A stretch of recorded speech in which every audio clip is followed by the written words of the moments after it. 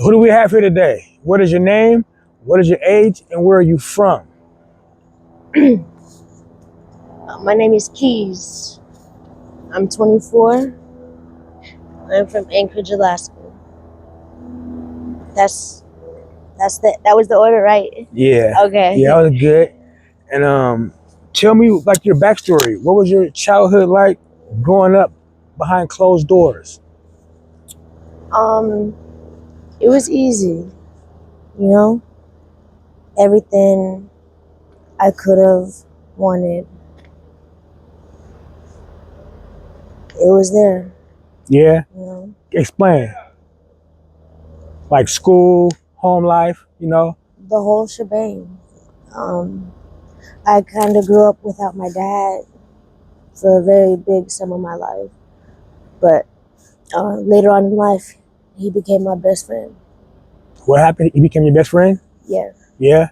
And what age did he leave and what age did he come back? He didn't leave. It just, my parents didn't work out, you know, and I moved here to Anchorage.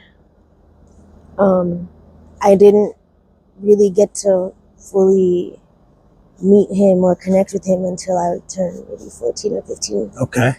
And that was when I started to live with him or just decide to live. Me and my mom had concluded that I was old enough to decide who I wanted to live with. Yeah. All right. And so when did life first start getting difficult for you?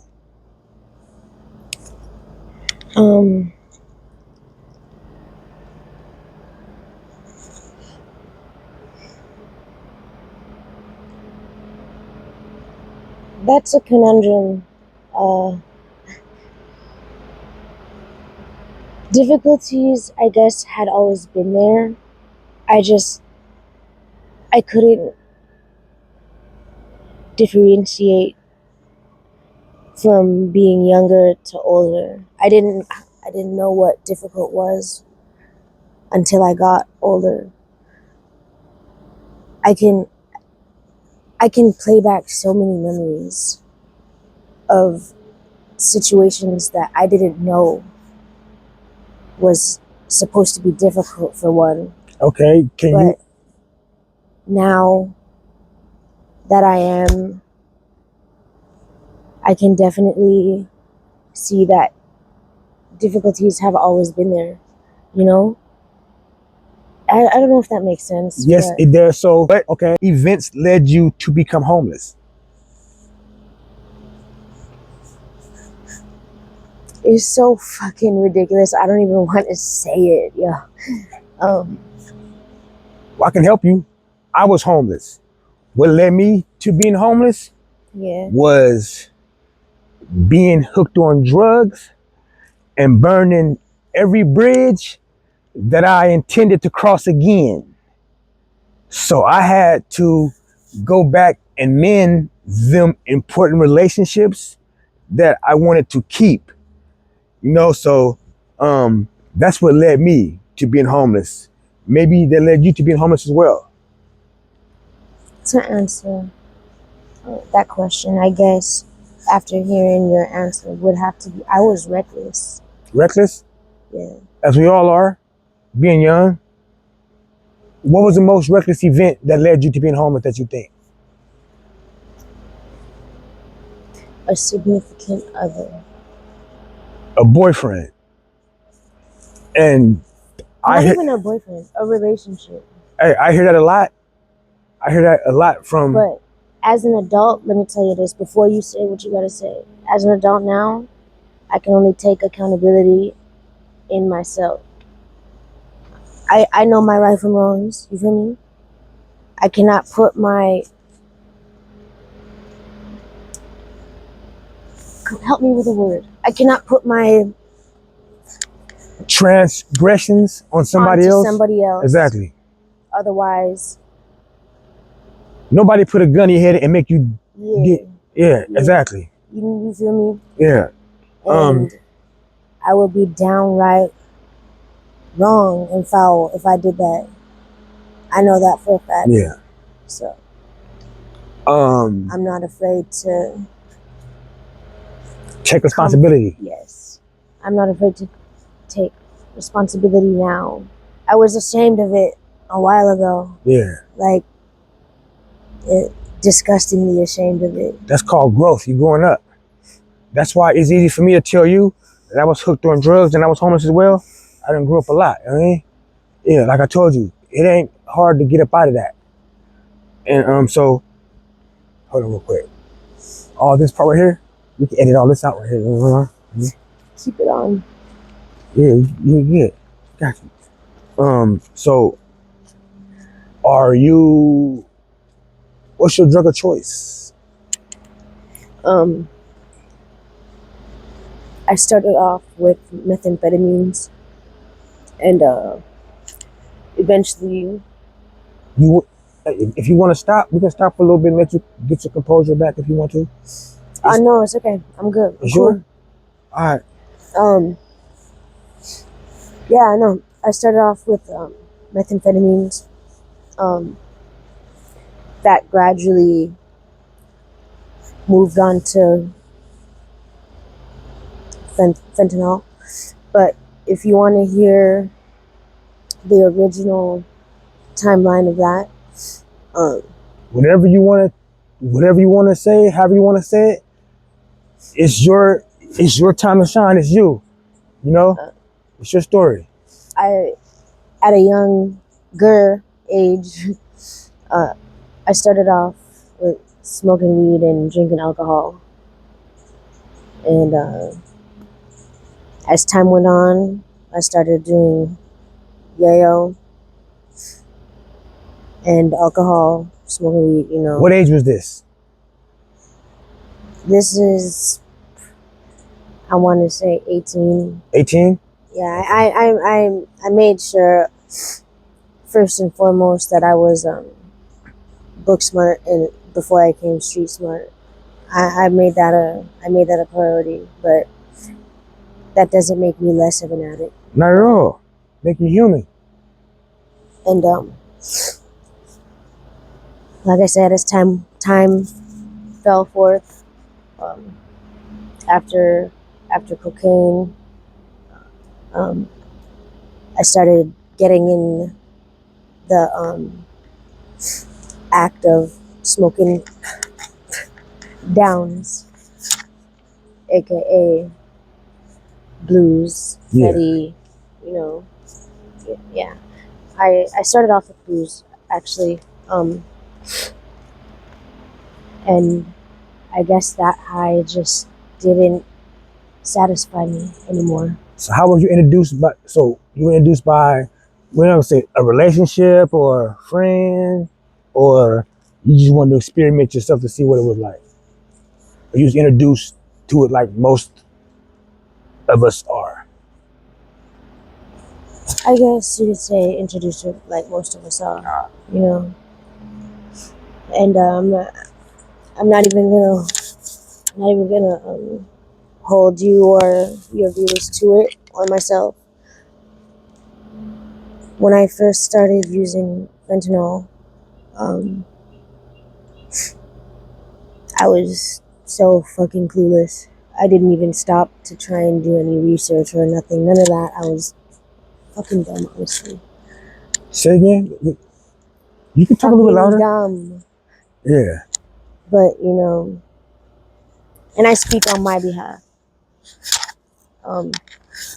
When I took the very first hit off that foil, I flatlined.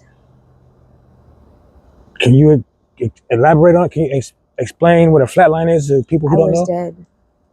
You OD, basically. And I never learned my lesson. So when you OD, how did you get out of that? Did somebody give you Narcan, or did somebody call the police or the ambulance? What happened? I was Narcan, yes. And CPR. By the ambulance or some friends? By me. By my siblings and the ambulance.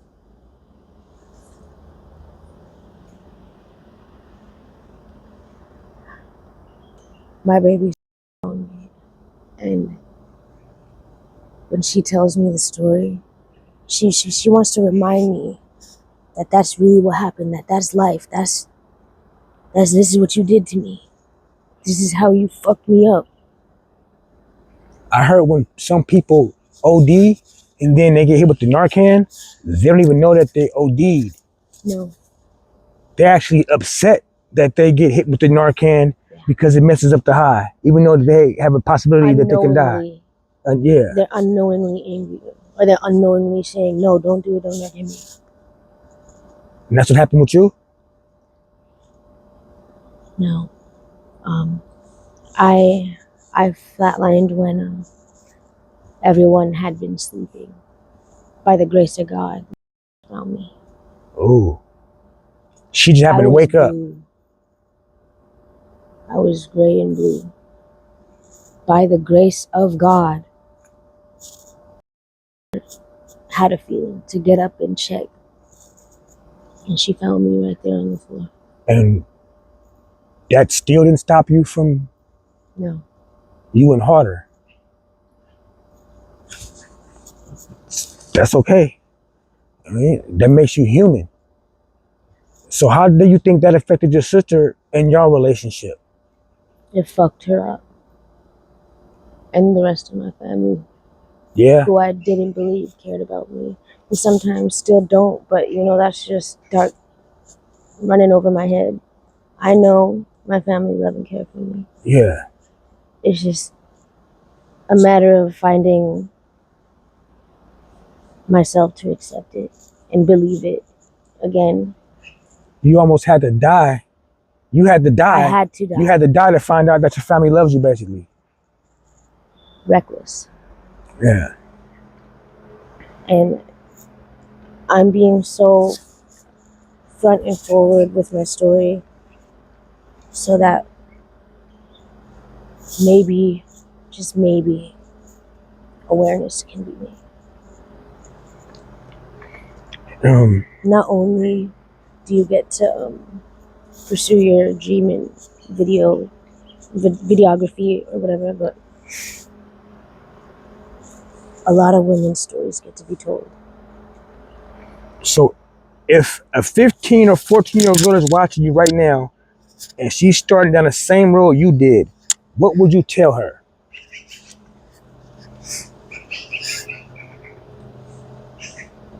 Go the other way and don't look back.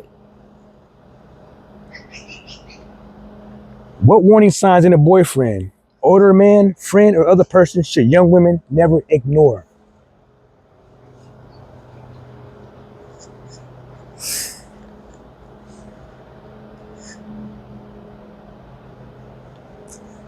Moving too fast in a relationship, i.e., don't talk to this person, stay with me, nah, don't go over there.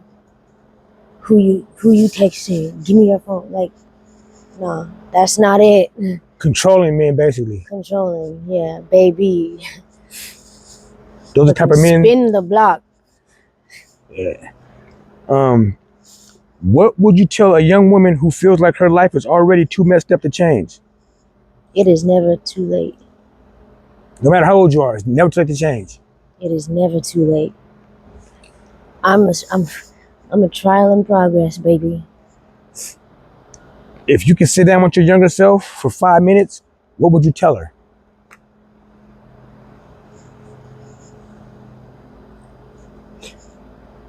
To always believe in yourself.